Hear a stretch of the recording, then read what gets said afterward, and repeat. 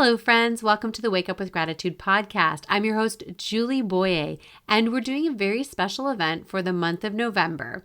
Every day, I'm sharing with you a different way to practice gratitude, as November is traditionally known as the month of gratitude. As we spend these last 10 days together, I encourage you to look back on what you've learned about gratitude this month and ask yourself, which of these gratitude practices do I want to incorporate into my life going forward? I do have a favor to ask. If you've been following along over the past few weeks and have gained something from these episodes, would you take a quick moment and give the show a rating? You can give the podcast a 5-star rating through the Apple Podcast app on your iPhone. Or if you're using Spotify, all you have to do is click right on the front screen of the podcast and give it a rating there as well. Thanks so much for taking time to rate the podcast. Now let's start today's gratitude episode.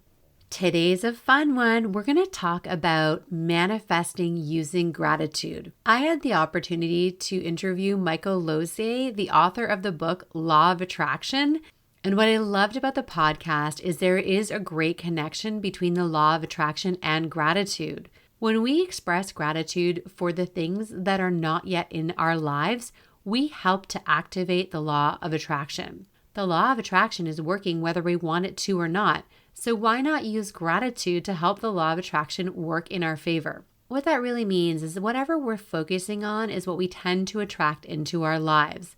And I've used my gratitude practices to help me attract some pretty incredible things into my own life, and many of my clients have as well. My favorite way to do this is to add what I call a gratitude intention to my gratitude journal when I'm writing in the evening. Here's how you do this. You'll write the 3 things that you're grateful for specifically for that day in your journal. And the 4th thing you write is a gratitude intention in the present tense.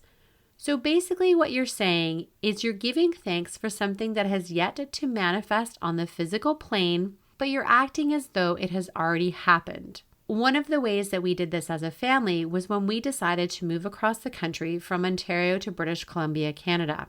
We had set our intention at the beginning of the year and written an intention statement being very specific about where we wanted to live and how we wanted to live over here in BC. I would write in my journal at night my 3 things specifically that I was grateful for and add my gratitude intention. I am so happy and grateful that my family and I are living in Langley, British Columbia. There's a lot more to this story, and I'll link to the blog post in the show notes if you'd like to have all the details. But let's just say that I had committed to moving our family by the end of December, and on December 7th, we moved across the country and moved into our home less than a week later. And 5 days later, our family dog was delivered to our doorstep. Those are 2 simple ways to help the law of attraction bring more into your life. The first is to write a gratitude intention in your journal.